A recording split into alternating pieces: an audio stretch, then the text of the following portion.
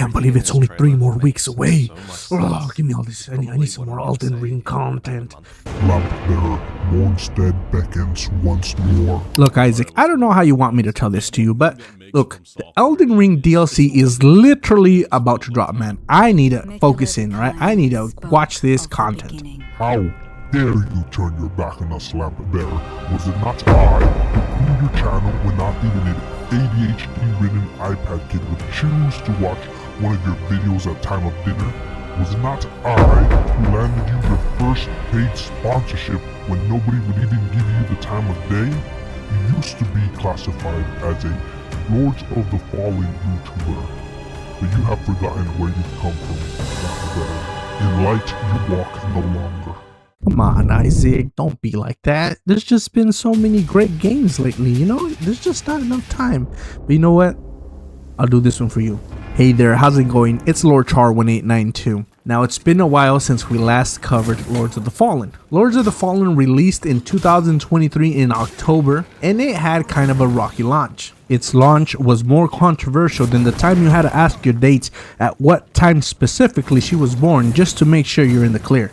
But the hard work and dedication of the developers believing in their project has led this to the culmination of one of the greatest patch updates in the history of video games. Essentially, they brought what the PC master race holds most dear to them in their hearts: mods. They brought mods to everybody. Some of the mods include a permadeath modifier, classic enemy randomizer, loot randomizer, and also a quality of life pre-upgraded loot. They also have mob density modifiers, withered healing modifiers to give the game a little bit of more spice. But what if I told you that wasn't it? The change that they made to this game that made me literally come back to it after I had shunned it away in the worst recesses of my mind. These goddamn developers gave me what Miyazaki has refused to give me ever since he first gave me a little hint in Sekiro: a boss gauntlet. See, what the developers have done here is a very crucial step, you know? It's almost like a galaxy brain move, you know? You know what they did? They listened to what the community wanted. What is the best aspect of Souls games, right? What is the pinnacle gameplay moment of Souls games? The goddamn boss encounters and the builds that you make to fight these bosses, right? But to fight them again, you gotta play the whole ass game again. Hey, we don't got that kind of time, right? Some of us are kind of getting kind of old, you know? We got some responsibilities. We gotta go to work that 9 to 5. I can't play a game 5 times just so I can try different builds. Just let me fight the bosses again. You know, maybe the first time I bonk it with the hammer, the second time I use a sword, the third time I'll even use some daggers. So the way that the boss rematch system works is they added 2 different play types. The first one is called Echoes of Battle, which is essentially just a rematch.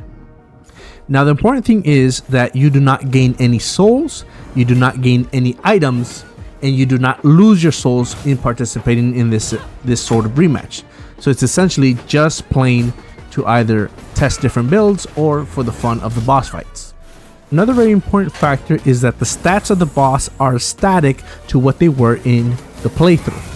For example, if you do a boss rematch with the first boss in your level 100 build, you're gonna outscale it very easily.